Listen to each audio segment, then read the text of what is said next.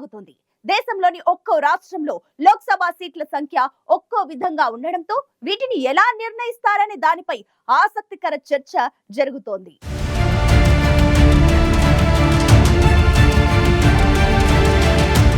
దేశంలోని ఆయా రాష్ట్రాల్లో లోక్సభ నియోజకవర్గాల సంఖ్యను ఎలా నిర్ణయిస్తారు?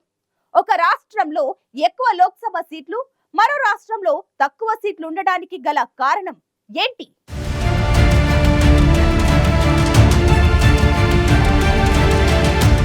దేశంలో సార్వత్రిక ఎన్నికల నేపథ్యంలో ఓ ఆసక్తికర చర్చ జరుగుతోంది. మన దేశంలోని ఒక్కో రాష్ట్రంలో లోక్సభ స్థానాల సంఖ్య ఒక్కో విధంగా ఉంది. కొన్ని రాష్ట్రాల్లో అధిక సంఖ్యలో లోక్సభ సీట్లుండగా మరికొన్ని రాష్ట్రాల్లో చాలా తక్కువ సంఖ్యలో లోక్సభ స్థానాలు ఉన్నాయి. అయితే దేశంలో ఆయా రాష్ట్రాల్లో లోక్సభ స్థానాలు, అసెంబ్లీ సీట్లను ఏ విధంగా నిర్ణయిస్తారు? అసలు ఏ రాష్ట్రానికి ఎన్ని లోక్సభ స్థానాలు ఉండాలని ఏ ప్రాతిపదికన నిర్ణయిస్తారు? మొత్తం పార్లమెంటు నియోజకవర్గాలు ఎన్ని ఉండాలనేది దేని ఆధారంగా డిసైడ్ చేస్తారనే దానిపై ఆసక్తికర చర్చ జరుగుతోంది.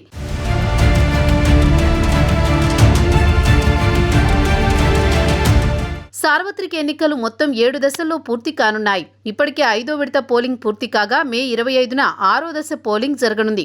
ఇక చివరగా జూన్ 1న 7వ విడత పోలింగ్ జరగనుంది. అయితే దేశంలో అత్యధిక లోక్సభ స్థానాలు ఉత్తరప్రదేశ్లో ఉండగా కొన్ని రాష్ట్రాల్లో ఒక్క లోక్సభ స్థానం మాత్రమే ఉండడంతో అసలు పార్లమెంటు నియోజకవర్గాల సంఖ్యను ఏ ప్రాతిపదికన నిర్ణయిస్తారు? దీనికి కొలమానం ఏంటనే ప్రశ్నలు తలెత్తుతున్నాయి.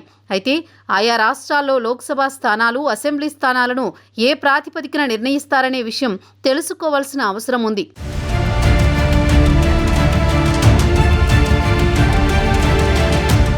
మన దేశంలో ఏ రాష్ట్రంలో ఎన్ని లోక్సభ స్థానాలు, ఎన్ని శాసనసభ నియోజకవర్గాలు ఉండాలన్నది అక్కడి జనాభా ప్రాతిపదికన నిర్ణయించబడుతుంది.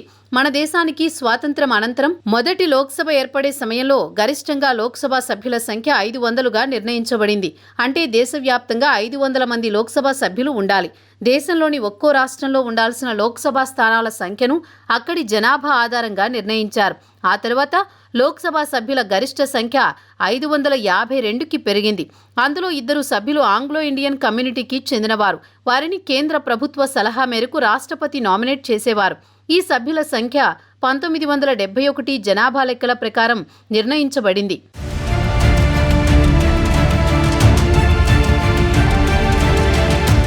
అప్పట్లో ప్రతి దశాబ్దానికి సంబంధించిన జనాభా లెక్కల ఆధారంగా లోక్సభ సభ్యుల సంఖ్యను నిర్ణయించేవారు.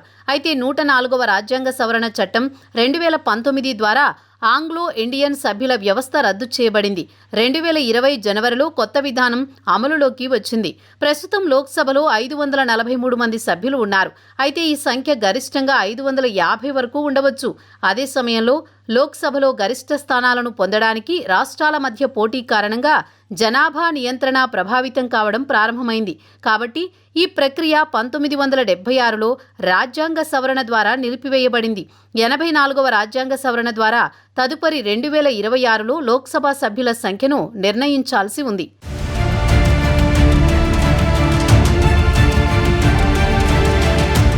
వాస్తవానికి జనాభా ప్రాతిపదికన లోక్సభ సభ్యుల పంపిణీ సరిగ్గా జరగలేదు.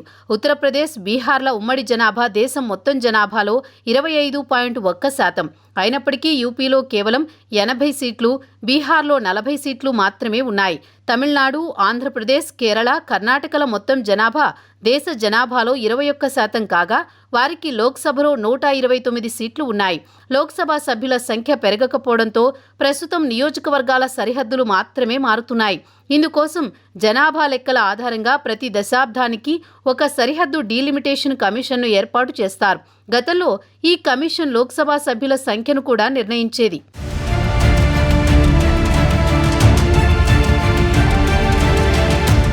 భారత రాజ్యాంగంలోని ఆర్టికల్ 82 ప్రకారం జనాభా లెక్కల తర్వాత ప్రతిసారి డీలిమిటేషన్ చట్టం అమలు చేయబడుతుంది. ఆర్టికల్ 170 ప్రకారం ప్రతిసారి జనాభా గణన తర్వాత డీలిమిటేషన్ చట్టం ప్రకారం రాష్ట్రాలు కూడా ప్రాంతీయ నియోజకవర్గాలుగా విభజించబడ్డాయి. ఈ చట్టం అమల్లోకి వచ్చిన తర్వాత కేంద్ర ప్రభుత్వం డీలిమిటేషన్ కమిషన్ను ఏర్పాటు చేస్తుంది. మొదటి డీలిమిటేషన్ 1950-51 సంవత్సరంలో జరిగినప్పటికీ డీలిమిటేషన్ కమిషన్ చట్టం 1952లో ఆమోదించబడింది. దీని తర్వాత ఈ చట్టాలు 1962, 72, 2002లో కూడా ఆమోదించబడ్డాయి. వీటి ఆధారంగా 1952, 63, 73, 2002లో డీలిమిటేషన్ కమిషన్లు ఏర్పాటు చేయబడ్డాయి. వాటి ద్వారా నియోజకవర్గాల విభజన జరిగింది. అయితే 1981, 91 జనాభా లెక్కల తర్వాత డీలిమిటేషన్ జరగలేదు.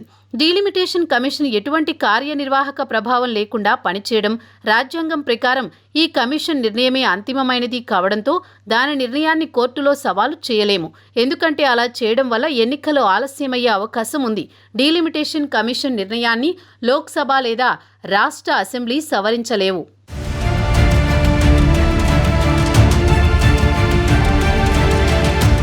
ప్రస్తుతం రాష్ట్రాల వారీగా లోక్సభ స్థానాలను పరిశీలిస్తే యూపీలో 80, మహారాష్ట్ర 48, పశ్చిమ బెంగాల్ 42, బీహార్లో 40 లోక్సభ స్థానాలు ఉన్నాయి.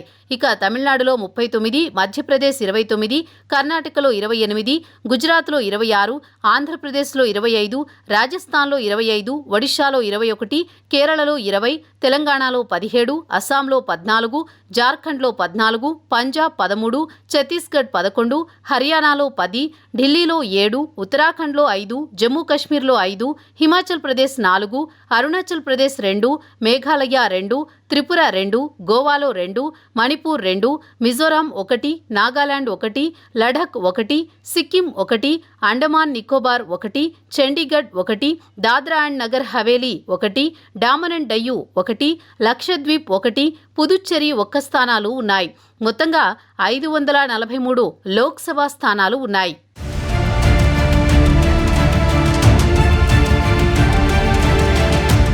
దేశంలోని ఏ రాష్ట్రంలో ఎన్ని లోక్సభ స్థానాలు, ఎన్ని శాసనసభ నియోజకవర్గాలు ఉండాలన్నది అక్కడి జనాభా ప్రాతిపాదికన నిర్ణయించబడుతుంది.